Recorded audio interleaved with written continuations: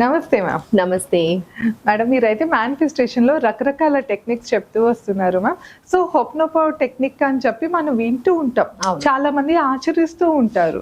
So, ఆ technique గురించి కొంచెం డెప్త్‌గా మాట్లాడుకుందాము. అలాగే ఈ టెక్నిక్ యూజ్ చేసి మనకి దాదాపు అందరికీ కావాల్సిందయితే మనీ ఫ్లోనే మ్యామ్. సో, వాళ్ళ ఇంట్లో ఎప్పుడు మనీ ఫ్లో అయ్యేలాగా, వాళ్ళ పర్స్ ఎప్పుడు ఫుల్‌గా ఉండేలాగా ఏదైనా ఒక టెక్నిక్ ఈ హోప్నోపో టెక్నిక్‌తో చెప్తారా మ్యామ్? షూర్ అండి. సో, స్వప్న మీరన్నట్టు హోపోనోపోనో టెక్నిక్ అనగానే అందరూ ఇది తెలిసిందేగా అనుకుంటారు. కానీ మొత్తం వీడియో వింటేనే మీకు దీనిని మనీకి కోసం ఎలా ఎఫెక్టివ్ గా వాడాలో చెప్తాను. అవును. ఓకే. సి ho'oponopono technique is a technique. ఎలా అంటే ఒక హాస్పిటల్లో మొత్తం patients whether they were not getting healed.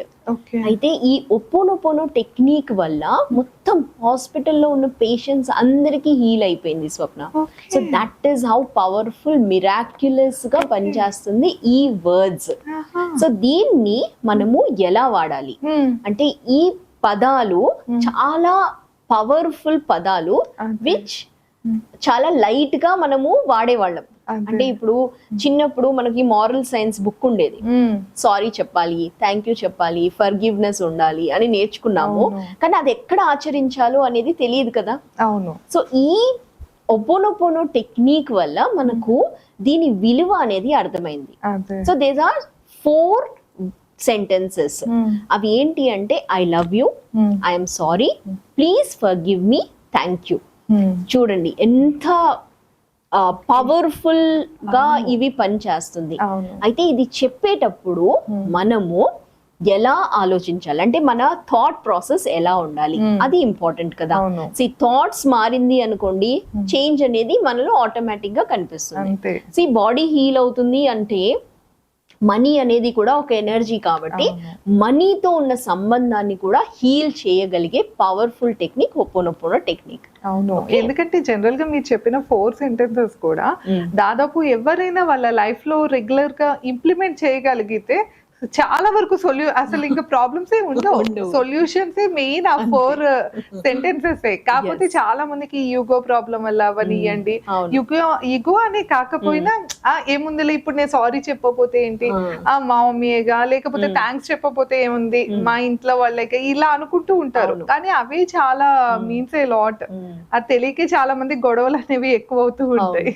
అయితే ఇక్కడ స్వప్న మనము ఈ I'm sorry, please forgive me, thank you, I love you అని చెప్పడానికి మనకు ఒక మంచి ఏంటంటే మంచి ఒక టెక్నిక్ ఏంటి అంటే మంచి ఒక సీక్రెట్ ఏంటి అంటే ఆ మనిషి మన ముందు ఉండాలని లేదు.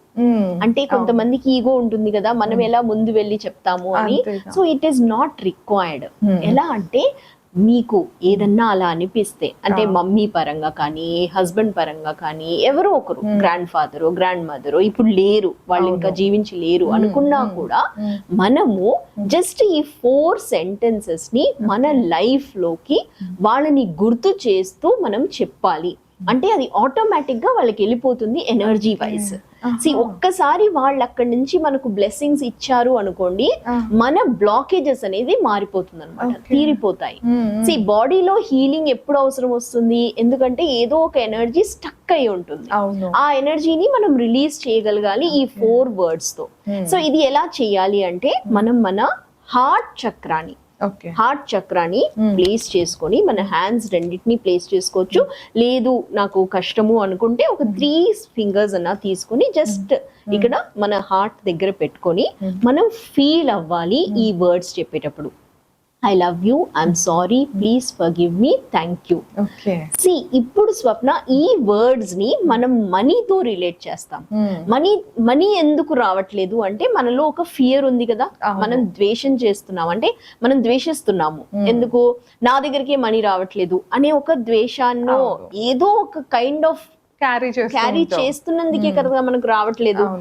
అది మాత్రం మనకు తెలుస్తుంది, ఎందుకంటే మన life experience is the mirror. So ఇక్కడ మనం ఆ ఎక్స్పీరియన్స్ ని మార్చి మన రియాలిటీని మార్చి మనం మనీని తీసుకురావాలి అంటే మనం ఈ 4 వర్డ్స్ తో పాటు ఇంకో వర్డ్ ని యాడ్ చేయాలి, ఇంకో సెంటెన్స్ ని యాడ్ చేయాలి. అది ఏంటి అంటే ఐ ఫర్గివ్స్ మై సెల్ఫ్ అని చెప్పాలి. So I love you, I'm sorry, please forgive me, thank you తో పాటు ఐ ఫర్ గివ్స్ అంటున్నాను. ఓకే. ఫర్ గివ్స్ అనగానే అది వన్ సింగులర్ అయిపోతుంది. I for gives my self money అని చెప్పండి. ఇలా చెప్పినప్పుడు అంటే ఈ సెంటెన్స్ ఇంపార్టెంట్. ఇలా చెప్పినప్పుడు అది మనీతో యూనివర్స్ కి కనెక్ట్ అవుతుంది. ప్లస్ ఇది ఇది చెప్పిన తర్వాత దీన్ని మనము 21 days జస్ట్ ఒక 2 minutes సరిపోతుంది.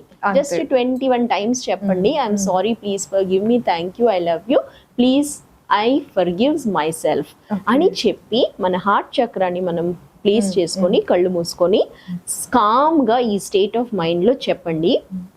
ఇలా చెప్పిన తర్వాత మీకు 21 days లో మీ ఆ ఎనర్జీ వల్ల, ఆ చేంజ్ ఆఫ్ ఎనర్జీ వల్ల మీరు మనీని అట్రాక్ట్ చేయడమే కాకుండా మీలోని ఆ అబండెన్స్ అనే ఒక ఎనర్జీ ఉంది కదా, ఆల్రెడీ యు ఆర్ రిచ్, ఆ రిచ్నెస్ అనేది మీలోకి వచ్చేస్తుంది.